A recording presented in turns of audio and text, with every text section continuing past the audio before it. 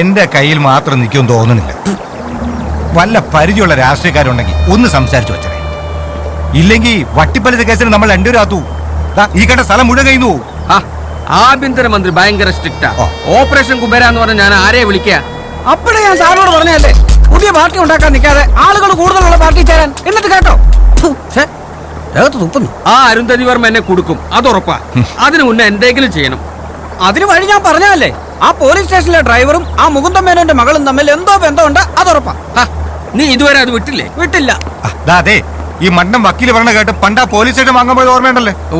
നല്ല കേസാ അവര് ചാർജ് ചെയ്തിരിക്കുന്നു. അതെ, നല്ല ബുദ്ധിയുള്ള വക്കീലും കൊണ്ട് വാദിച്ചു. ഇല്ലെങ്കിൽ താ അഴിക്കുള്ളി പോവും, ഉറപ്പാ. അങ്ങനെ അകത്ത് കിടക്കാതിരിക്കാനാ ഞാൻ ഈ പറയുന്നത്. Sir not the point. IPC 1, 2, 3, 4. അല്ലെ, അത് വേണ്ട. ആ ഡ്രൈവർ ഡ്യൂട്ടിയിലുണ്ടായിരുന്നെങ്കിൽ പിന്നെ എന്തിനാണ് സാർ മുകുന്ദൻ മേനോന്റെ മകൾ സാറിന്റെ സ്റ്റേഷനിലെ ജീപ്പിൽ കയറി പോയത്? സാറിന്റെ സ്റ്റേഷനിലേക്ക് ഒന്ന് വിളിച്ചു നോക്കണം sir.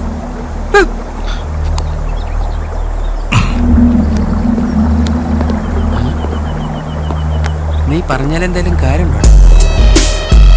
Hello,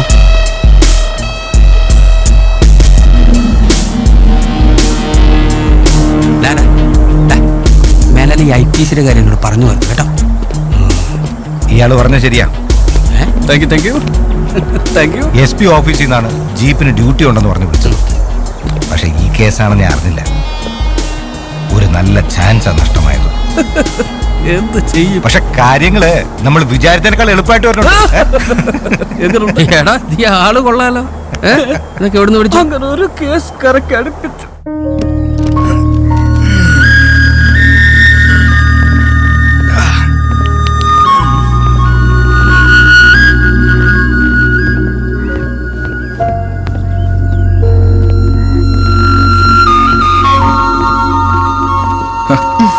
good morning. Morning. അല്ല, അറിഞ്ഞില്ലേ?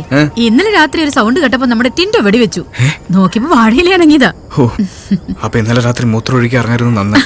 എന്നിട്ട് ടിൻഡോടെ ദാ ഉണ്ട പോയി ദുഃഖത്തിൽ അവിടെ ഇരിപ്പുണ്ട്. മോളിൽ നിന്നുള്ള ഉത്തരവില്ലാതെ തോക്കുപയോഗിക്കാൻ പാടില്ലെന്നാണല്ലോ നിയമം. സമാധാനായി. അപ്പൊ രണ്ടും ഉണ്ടായിരുന്നതിൽ ഒരെണ്ണം പോയി. ഇനി അതിനെ പേടിച്ചാ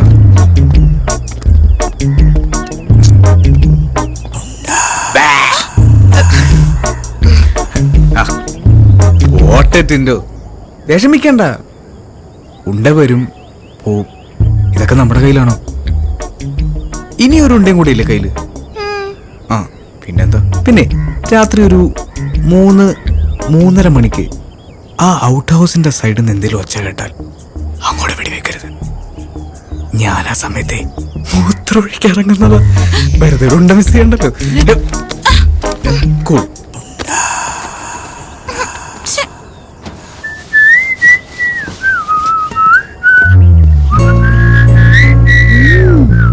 എഞ്ചിനീയറിംഗ് കഴിഞ്ഞിട്ട് ഇതുപോലെ കഷ്ടപ്പെടേണ്ട കാര്യമുണ്ടോ? എൽസമ്മ ഇക്കാര്യം പറഞ്ഞത്. ഡാഡിക്ക് ബാംഗ്ലൂരൊക്കെ ഒരുപാട് കണക്ഷൻസ് ഉണ്ട്. ഏതെങ്കിലും MNCയിൽ. ഞാനും ഒരുപാട് ആഗ്രഹിച്ചായിരുന്നു. ആഗ്രഹിച്ച സമയത്ത് ജോലിയൊന്നും കിട്ടിയില്ല. പിന്നെ 6ാം ക്ലാസ് മുതൽ അമ്മാവന്റെ വർക്ക്ഷോപ്പിലായിരുന്നു താമസവും പഠനമൊക്കെ. അതുകൊണ്ട് ആദ്യത്തെ ജോലിക്ക് എന്നെ പോണമെന്നുള്ളത് അമ്മയുടെ വാശിയായിരുന്നു. അങ്ങനെയാ ഞാനിവിടെ വന്നത്. പക്ഷേ ഇപ്പൊ പോവാൻ തോന്നുന്നില്ല. ഒന്നും ഉണ്ടായിട്ടല്ല. എന്നാലും സത്യം പറഞ്ഞ ഇവിടെ ഉണ്ടായ പ്രശ്നത്തിൽ SI മേഡം എന്നെ പറഞ്ഞു വിടുമെന്ന് ഞാൻ ഓർത്ത്. പക്ഷേ അതുണ്ടായില്ല. പിന്നെ നീയ്ക്ക് വേണ്ടി റിസോർട്ടിൽ പോയെന്ന് അന്ന് മേഡത്തിനെ വിളിച്ച് പറഞ്ഞല്ലേ? തനിക്ക് വേണ്ടി ഞാൻ അത്രയെങ്കിലും തിരിച്ചു ചെയ്യണ്ടേ?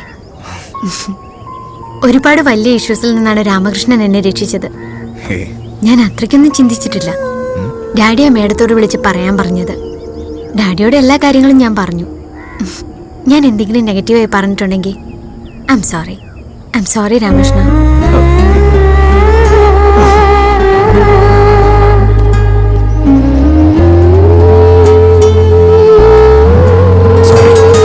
സോറി രാമകൃഷ്ണ.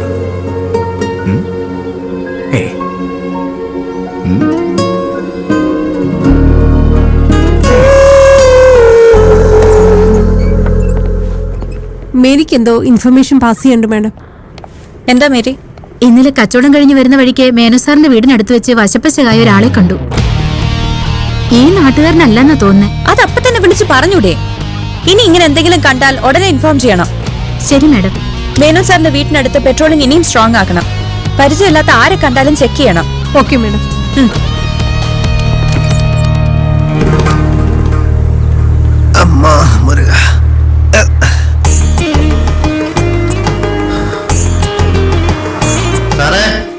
ദേ ആ ചെട്ടിയാരൊന്ന് പുറത്തു വെക്കുന്നു. കൊറേ നേരായി. ഞാൻ വേഗം പോട്ടെ, ഇല്ലെങ്കിൽ മാഡത്തിന് വട്ടാവും. എന്നാ പിന്നെ വണ്ടി കൊടുത്തുകൂടെ? അത് ശരി, ഇത്രയും കാലം ഡ്രൈവർ ഇല്ലാത്തപ്പോ എല്ലാവരും ആ വണ്ടിയുടെ പുറകെ ആയിരുന്നല്ലോ. നല്ല കൈക്കണക്കുള്ള വണ്ടിയാ. എന്റെ ചേട്ടൻ എനിക്കൊരു വണ്ടി വാങ്ങിക്കണം എന്ന് പറയുന്നുണ്ട്. പക്ഷേ പറ്റിയ കളർ കിട്ടില്ല. പിന്നെ അത് തെരഞ്ഞെടുക്കാൻ മൂപ്പർക്ക് എവിടെയാ നേരം? ഓ, ലതികേച്ചിയുടെ ഭർത്താവിനെ പോലെ തിരക്കുള്ള ഒരാള്. എന്റെ ചേട്ടനാങ്ങി തിരക്കേ ഇല്ല. എന്തെങ്കിലും ജോലിക്ക് പോയാലല്ലേ തിരക്കുണ്ടാവൂ. അല്ലെ കൗൺസിലിംഗിന്റെ ഡ്രസ്സ് മാറ്റുന്ന തന്നെ ഏറ്റവും വലിയ പണി.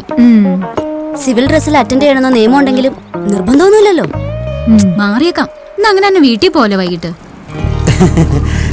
സാറേ എല്ലാ പേപ്പറും ഉണ്ട്. ഞാൻ അങ്ങോട്ട് എങ്ങോട്ട്? അല്ല ഈ എല്ലാ പേപ്പറും ഉണ്ടല്ലോ, അതുകൊണ്ട് 20 വർഷം മുന്നേ മേടിച്ച വണ്ടിയാ? അതെ അതെ. എന്താ സാറേ വേണ്ടായിരുന്നു അല്ലേ?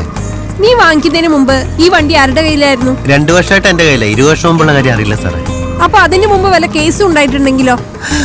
അയ്യോ, അത് ഇതിനു മുമ്പ് അങ്ങനെയൊന്നും ഉണ്ടായിട്ടില്ലല്ലോ സാറേ. ഇല്ല. താൻ എന്നെ നിയമം പഠിപ്പിക്കുക? സാറിനല്ല അറിയാലോ. താനൊരു കാര്യം ചെയ്യും, ബാക്കി എല്ലാ പേപ്പറുമായിട്ട് വന്നാ മതി. 20 വർഷത്തെ. 20 വർഷത്തെയോ? ആ, എന്താ സംശയം? എന്നാ തരില്ലെന്ന് പറഞ്ഞാ പോരെ. 20 വർഷം ഒന്ന് പോടോ. എവിടെ പോവാൻ? ഞാൻ ഇവിടെ തന്നെ ഉണ്ടാവും 20 വർഷം. ഇനിയെങ്കിലും ആ പാത്തിന് വണ്ടി ഒന്ന് കൊടുത്തൂടെ? കൊടുക്കണം തന്നെ ഞാൻ വിചാരിക്കണേ. നീ പോയ കാര്യം എന്തായി? ആ ഡ്രസ്സിൽ കുറെ അന്വേഷിച്ചു, പക്ഷെ അവിടെ ആളില്ല. ആ സമൻസ് ഫയൽ റൂമിൽ വെച്ചേക്ക്. ഓ ഹാ രാമകൃഷ്ണ, ഓ കഴിച്ചോ? ഇല്ല. ഒരുമിച്ചുണ്ടായിരുന്നെങ്കിൽ ഞാൻ തരാറുന്നല്ലോ. എന്ത്? അപ്പം കിഴങ്ങറിയും.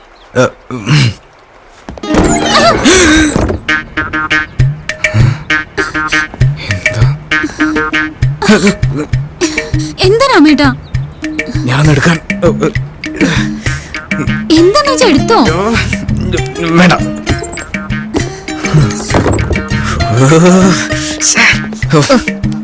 ഞാൻ എടുത്തില്ല. എടുത്തില്ല.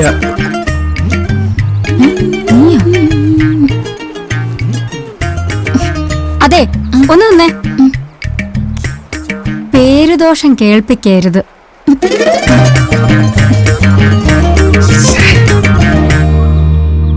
ആ ഡോറിലൊന്ന്